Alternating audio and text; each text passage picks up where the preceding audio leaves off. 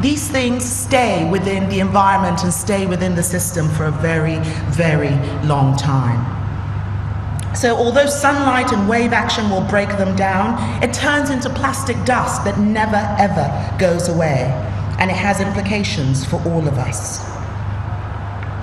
There's really insufficient data available on waste management in Nigeria to date. I sort of had a look, and this really was all that I could find, a pie chart of solid waste generation in Nigeria, which is several years old, and the numbers I'm sure have changed, but it is nonetheless instructive.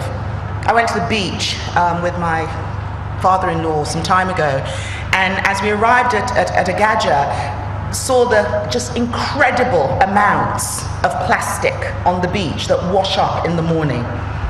A large proportion of our waste is organic, it's biodegradable waste which is suitable for composting if we separate it at source and we compost. So what exactly are we going to do about this?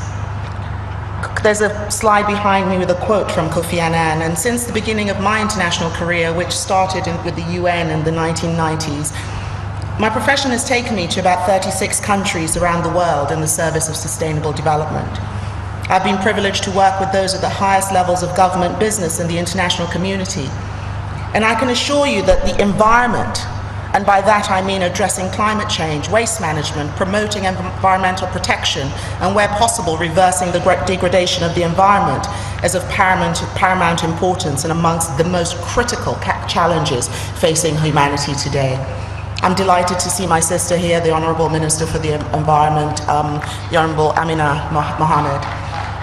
It's incredible. When she was appointed to that post, I was most excited. A little sort of had wished that maybe she would have been made Prime Minister or something, but I was most excited because really that is the biggest challenge that we have.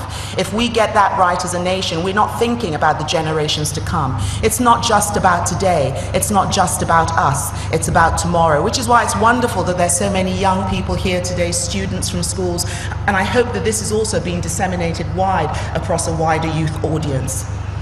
The SDGs are the successor development framework to the MDGs agreed by members of the United Nations, of which Nigeria is one.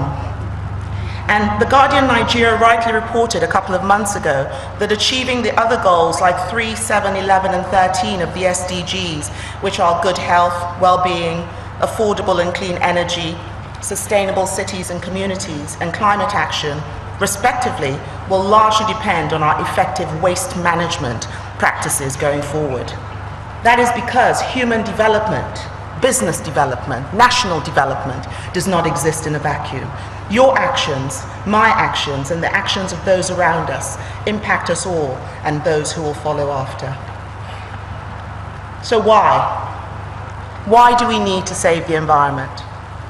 I've seen time and time again that sustainable motivation is key to sustainable development. So advocacy on environmental issues needs to include capacity building in the whys as well as the hows. And again, I salute Her Excellency for her amazing work with young people. Why? We do it for our lives, we do it for our health, we do it for our jobs and for the economy, because if we don't have a world that is sustainable to live in, then we have no jobs, we have no lives, and we have no economy. We do it for the sake of the generations to come. Let's talk about global warming.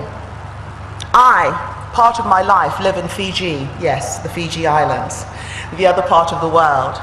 And I've just lived through Cyclone Winston, which prior to sort of last year, I've lived in and out of Fiji for about 18 years.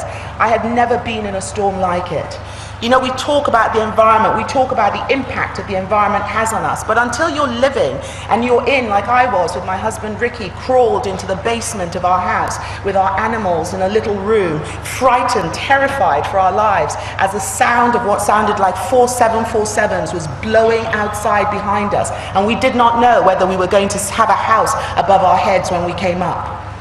You don't realize what is happening with climate change. It is not a myth, it is not a political political gambit or a tool. It is real.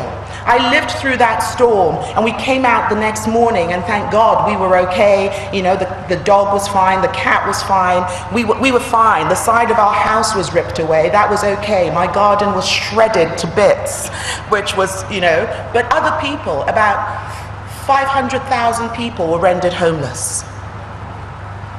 Some friends of ours who are a retired couple had built their dream home on the side of a cliff, and they went down into the basement, and when they came up there was open air above them, because this is the strongest storm that the world has known in recent times. 3 to 4 weeks later, it came back again. Not as strong, but it came back again. I have lived in that part of the world for 18 years. I have never experienced a storm like that. So what I'm saying to you is that it's accelerating. We have our own examples in Nigeria, you know, as General Danjuma just said quite rightly, that the desert is encroaching upon us. Desertification is encroaching, it's affecting us. Extremism, violent extremism is not happening in isolation. I went to Chad about 10 years ago to do some work with World Vision. I went to evaluate a project. I'm a medical doctor by profession. They thought they'd ask me to come and evaluate health, women's things, because I'm a woman, and education. So I went there, and I realized that what I was actually evaluating was the environment. Because as I drove into the Legon Occidental area, I couldn't see for the thickness of smoke, and I said, what on earth is going on? And I was told, oh, they're burning trees. So what do you mean they're burning trees? I said, well, they're burning trees for charcoal. But somebody, some aid organization who hadn't talked to the people, who hadn't asked the people what they wanted, who hadn't told them the whys of why they needed to do what they were doing, had sunk about $20–30 million into schools and hospitals and grain silos. But the desert had taken over, and the people had upped sticks, and they had just moved. So all of that money was wasted, and the country was being gradually destroyed. What's going on in the Lake Chad Basin in Nigeria? We don't exist in a vacuum. That is what is going on. The environment is causing people to lose their jobs, to lose their sources of income. They can't farm. They can't. There's no water where they used to have water sources. So what do desperate people do? In some instances, they get violent. In 2010, I believe it was, I was in Haiti after the earthquake, and there was a cholera outbreak. What was that about?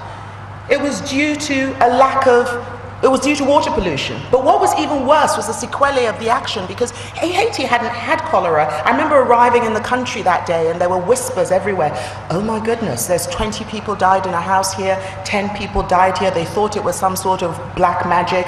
They thought they were all being, you know, murdered by some strange force. I was the only doctor in the country, thanks to my training at UCH Ibadan, up UCH. I was the only doctor in the country who had ever seen a case of cholera. So when they described it to me, I was like, Haba, this is cholera. You know, it's not such a huge deal. As long as we can get, you know, IV drugs and what have you, we can sort this out. But what caused it? Water pollution. And then they started to bury the bodies next to water sources. The whys. So it started to spread. We have to teach the whys. So I'm going to say very quickly something about peace and security. I've touched on it already, but I want to touch on, I'm very much data driven. I like studies. So I'm going to talk about a study by the US Institute for Peace, which confirmed a basal causal mechanism that links climate change with violence in Nigeria. I say this to you, Your Excellency, because what you're doing is foundational for our nation. It's not just about creating wealth from waste. It is foundational for this nation. It is foundational for peace and security. The report concludes that poor responses to climatic shifts create shortages in resources such as land and water. Shortages are followed by negative secondary impacts such as sickness, hunger, and joblessness, and poor responses to these in turn open the door to conflict. A year after that study, Africa Review reported that many Boko Haram foot soldiers happened to be people displaced by severe drought and food shortages in neighboring Niger and Chad. Some 200,000 farmers and herdsmen had lost their livelihoods and, facing starvation, have crossed the border into Nigeria. We need to be responsible global citizens. So, go to a slide number 12, which talks about the Great Pacific Patch, just so you can have a look. Over there, you're looking at Lake Chad and how the difference in a couple of years. But I'd like to go to slide 12, please. And just